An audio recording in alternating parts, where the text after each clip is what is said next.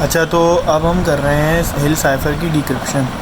हमने last video में encryption देखी थी, उसमें हमने प्लेन टेक्स्ट चूज़ किया था पे मनी, और उसके कोरिस्पॉन्डिंग हमारा साइफर टेक्स्ट कुछ ऐसा आया था।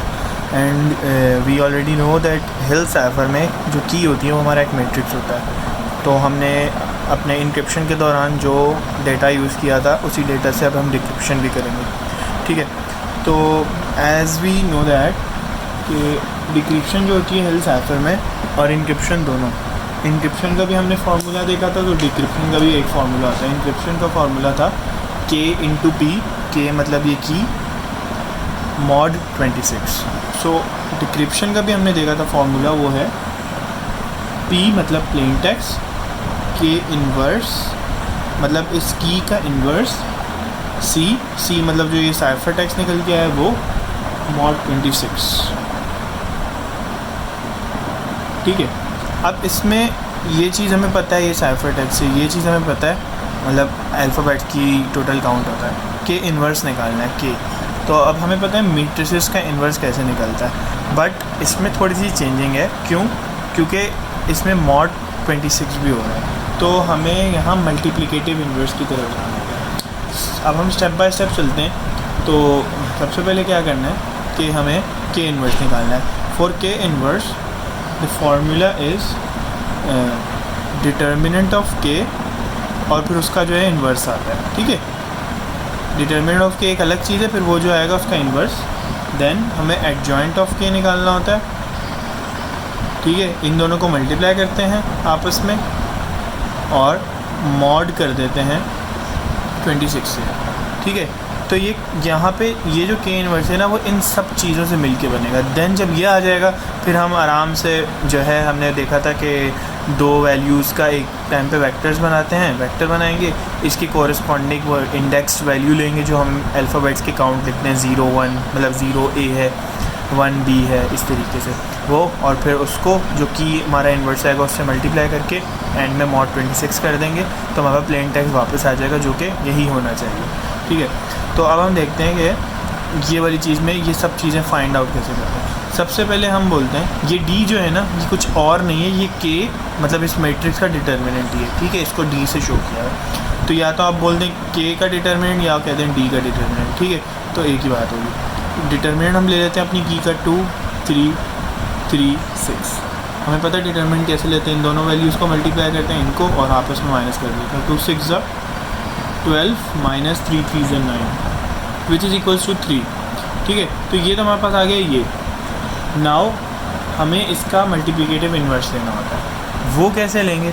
उसके लिए हमारे पास एक ना इक्वेशन होती है जिसको हम सेटिस्फाई कर सकते हैं। वो हम ये कहते हैं कि D into D inverse mod 26 equals 1। अब यहाँ हमें D पता है, D जो है वो असल में ये डिटर्मिनेंट ही है, ठीक है।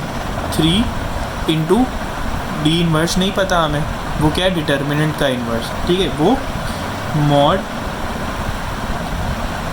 26 इक्वल्स 1, ठीक है। यहाँ कोई एक ऐसी वैल्यू डालनी है जो इस इक्वेशन को सेटिस्फाई कर दे, मतलब कोई ऐसी वैल्यू जो इससे मल्टीप्लाई हो 3 से, देन मॉड हो 26 से, और फिर उसका आंसर 1 आ जाए। तो यहाँ पे कोई एक ऐसी वैल्यू चाहिए। सो हमें मतलब ये एक आइटरेटिव प्रोसेस होगा। तो हम चेक करते हैं डिफरेंट वैल्यूज़ लगा के। लाइक हम यहाँ पे पहले 1 पुट करते हैं, 3 इंटू 1 मॉड 26। तो 3 1 हो गया 3, और 3 मॉड 26 होता है 3, and it is not equals to 1। तो 1 जो है हमारे डिटर्मिनेंट का इन्वर्स नहीं है, ठीक है, मल्टीप्लिकेटिव इन्वर्स। देन हम बोलते हैं चलो 2 लगा लेते हैं, ठीक है। तो 3 2 6 6 mod 26 which is also which will be 6 and it is not also equals to 1, ठीक है। तो इसी तरीके से करते करते हमारे पास एक वैल्यू आएगी 9, ठीक है। तो 3 9 जा 27, और 27 मॉड 26 कितना होता है 1, ठीक है, और ये 1 के इक्वल भी है। तो 9 जो है वो हमारा मल्टीप्लिकेटिव इन्वर्स है, ठीक है। तो हम बोलेंगे कि भाई डी इन्वर्स या डिटर्मिनेंट का इन्वर्स, इसको ये कह लो, इसको ये कह लो, ठीक है। अगर ये बोलेंगे ना तो हम सिर्फ लिखेंगे डी इन्वर्स, क्योंकि डी का मतलब होता है डिटर्मिनेंट। अगर ये बोलेंगे कि हम के मैट्रिक्स की बात कर रहे हैं, उसका डिटर्मिनेंट और उसका इन्वर्स, ठीक है। सो वो इज़ इक्वल्स टू 9, ठीक है। यहाँ तक हमें इस पूरी इक्वेशन में किस चीज़ का पता चला है, इसका, ठीक है। नाउ हमें एडजॉइंट निकालना है। हमें पता है हम एडजॉइंट कैसे निकालते हैं। For 2x2 matrix it is quite simple. हम देख लेते हैं कैसे होता है। एडजॉइंट ऑफ के, ठीक है। हमारा मैट्रिक्स ये था, ठीक है। 2x2 मैट्रिक्स में क्या होता है कि ये वाला जो डायगोनल होता है ना, इसकी पोजीशन चेंज हो जाती है। मींस ये 6 इधर आ जाएगा, 2 इधर आ जाएगा, और इन दो वैल्यूज़ के साइन चेंज हो जाते हैं, तो वो दोनों नेगेटिव हो जाएंगे, ठीक है। ये हो गया adjoint. But for 3x3 matrix the process, मतलब 2x2 से आगे जितने भी हैं, 3x3, 4x3 जितने भी हैं, उन सब का प्रोसेस थोड़ा लेंदी और अलग है। ऐसा नहीं है, ये बहुत सिंपल है। इसको भी हम उस प्रोसेस से कर सकते हैं, बट ये एक हैंडी चीज़ है जो 2x2 मैट्रिक्स में हमें फ़ौरन मिल जाती है, ठीक है। तो हमारा मकसद इन्वर्स समझना नहीं है, हमारा मकसद डिक्रिप्शन सॉल्व करना है। तो हम अभी फ़िलहाल इससे देखते हैं, ठीक है। ये हमारे पास आ गया एडजॉइंट। तो हमारे पास उस इक्वेशन की एक तो क्या चीज़ आ गई, डी इन्वर्स, एक आ गया एडजॉइंट ऑफ के, ठीक है। ये दोनों चीज़ें मिल गई हैं। अब हम क्या कर सकते हैं, इनको मल्टीप्लाई कर सकते हैं।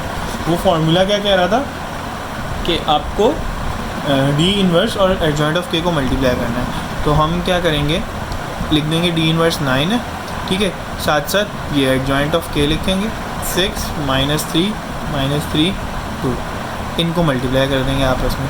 6 9 ज़ा 54, 9 3 ज़ा 27, और वो नेगेटिव सेम हेयर, 9 2 ज़ा 18, ठीक है। ये क्या आ गया उसको मल्टीप्लाई करने से। नाउ हम इनको मॉड कर देंगे 27 से। तो 27 से मॉड करें 54 को, तो कितना बचेगा, 6 आएगा नहीं। अच्छा हाँ, ये करने से पहले हमें एक और चीज़ करनी है। ये करने से पहले अब अगर हम देखें अभी हमने एक मतलब मैंने पार्ट मिस कर दिया, तो ये एक अच्छी चीज़ हो गई। अब इसको मैं जितना आगे लेके जाऊँगा ना, वैल्यूज़ नेगेटिव ही रहेंगी। तो आखिर में हमारे पास जब हम इसको अपनी जो इनक्रिप्टेड वैल्यू थी, मतलब साइफर टेक्स्ट, तो उससे मल्टीप्लाई करेंगे तो एक नेगेटिव वैल्यू निकल के आएगी, ठीक है। और हमारे पास जो कॉर्पस था, जो डेटा था, वो था अल्फ़ाबेट्स का, और अल्फ़ाबेट्स का जो हमने नंबरिंग की हुई थी वो पॉजिटिव नंबर्स थी, 0 से 1 2 3, ठीक है।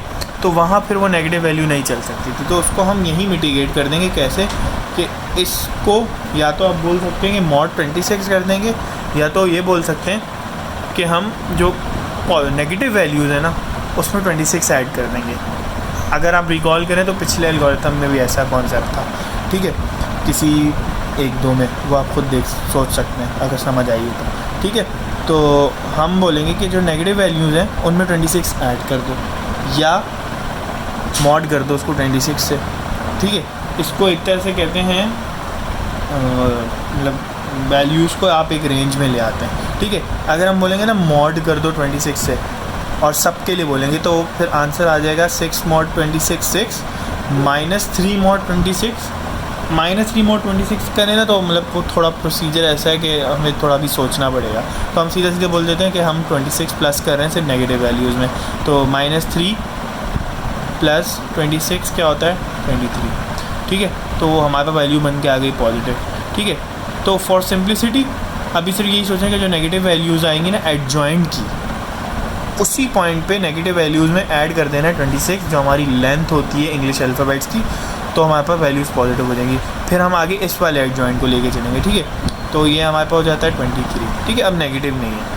फिर 9 × 6, ये दोनों तो वैल्यू सेम रहेंगी, लेकिन ये वाली चेंज हो गई है। तो मैं इसको सही कर देता हूँ, 54 18, और 9 × 23 कितना होगा 207, ठीक है। नाउ फिर हम अपने फार्मूला के मुताबिक जो हमारे पे इन्वर्स निकालने का था, इधर इस कंडीशन में जो इन्वर्स है वो इस प्रोसीजर से निकल रहा है, डिक्रिप्शन एल्गोरिथम के अंदर, क्योंकि मल्टीप्लिकेटिव, इन्वर्स और मॉड के चक्कर हैं इसलिए, ठीक है। तो ये 27 से मॉड होगा तो 54 मॉड 27 हमारे पास आ जाएगा 2, और 207 मॉड 26 आ जाएगा हमारे पास 25, सेम गोज़ हेयर। 18 मॉड 27 आ जाएगा 18 ही, ठीक है। ये आ गया, ये हमारे पास फाइनली निकल के आ गई है के इन्वर्स की फाइनल वैल्यू। अब ये हम अपने डिक्रिप्शन एल्गोरिथम में यूज़ कर सकते हैं, ठीक है। तो अब हम अगर अपने कॉर्पस पे प्लेन टेक्स्ट पे वापस जाएं, प्लेन टेक्स्ट नहीं, साइफर टेक्स्ट, क्योंकि हम डिक्रिप्शन कर रहे हैं तो ये हमारे पास डिक्रिप्शन एल्गोरिथम या कोई फंक्शन है तो उसका इनपुट है, ठीक है। हमने क्या किया था, दो के हिस्सों में पेयर्स बना लिए थे और उनके वेक्टर बना लिए थे। तो हम अगर पहले इसको लें ET और इसे वेक्टर समझ के लें, ठीक है, तो ये हमारे पास फर्स्ट वेक्टर होगा ET। इसकी इंग्लिश अल्फ़ाबेट्स में अगर हम वैल्यूज़ याद करने की कोशिश करें तो वो कुछ बन के आएगी, देख ही लेते हैं। तो E की जो वैल्यू है हमारे पास 4 है और T की है 19, ठीक है। तो अब हमें अगर साइफर टेक्स्ट के नंबर भी मिल गए, हमारे पास की भी पता है हमें, तो हम उसके ज़रिए काम कर लेते हैं अपना। तो के इन्वर्स हमारे पास आया था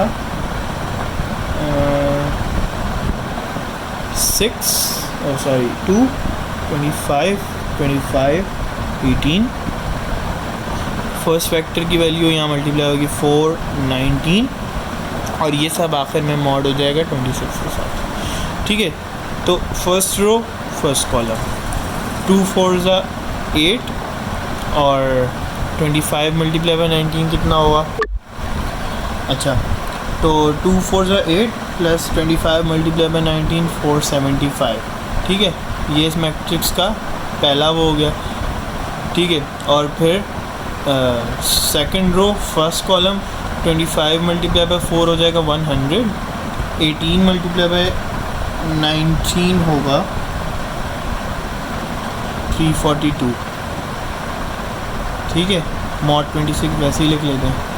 अब इनको प्लस कर देते हैं तो ये हो जाएगी 483 और 342 प्लस 100 हो जाएगा 442। मॉड 26, अब 483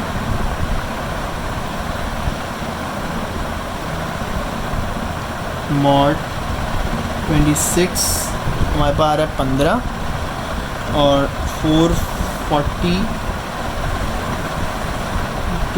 मॉड 26 हमारे पास आ रहा है 0, ठीक है। अब हम इसके देखते हैं कि 15 और 0 है, 15 और 0 के कॉरस्पॉन्डिंग, सारी मैंने ऐसे कर ली, खैर ये है, ठीक है, कैलकुलेशन।